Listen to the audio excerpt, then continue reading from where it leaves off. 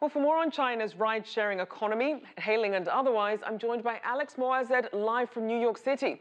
He's the founder and CEO of Applico, an information technology and services firm. Welcome, Alex. Thanks for having me. So as we heard there, Meituan Dianping and Alibaba have ventured into China's ride-hailing market, which is pretty much dominated by Didi Chuxing. So why make this move where Didi takes up more than 90% of the market share? I think there's opportunity in ride-hailing for these newcomers. I don't think these newcomers will get a majority of the market like Didi obviously has. But if you look at how a lot of marketplaces, there's one or two winners. So if you look at Uber and Lyft in the United States, I think these new players could try and get 20–30% of market share. But they're not really ever going to go much beyond that. They're going to focus on the cities where they already have a presence off of the services and apps that consumers are already using. So there's opportunity, but only to a certain extent. So what are some of the advantages then of being a newcomer in this space? I think they'll be able to build on their base.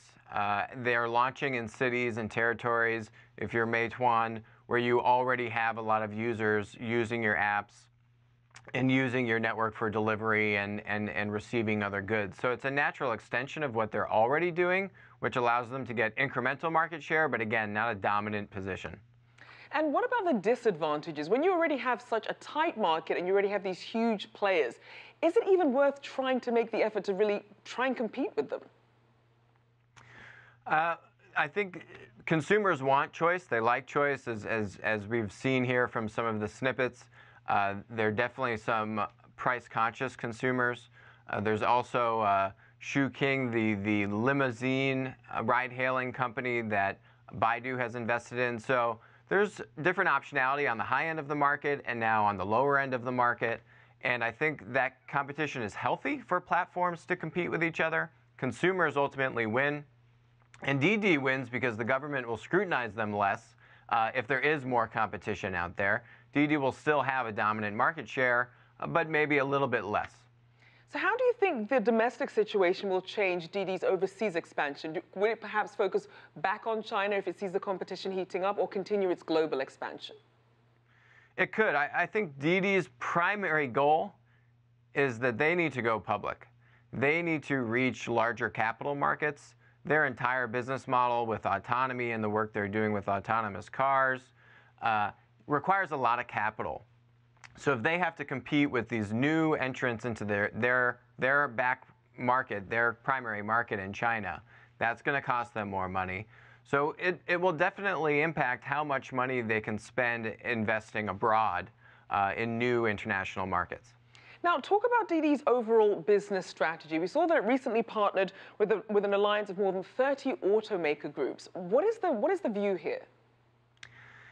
It makes sense that they want to build these purpose-built specific vehicles for different functions in an autonomous world. I think their progress with their autonomous technology is not as advanced as other players like Baidu. And I think that Didi's fundamental business model is actually going to completely change when autonomy is here.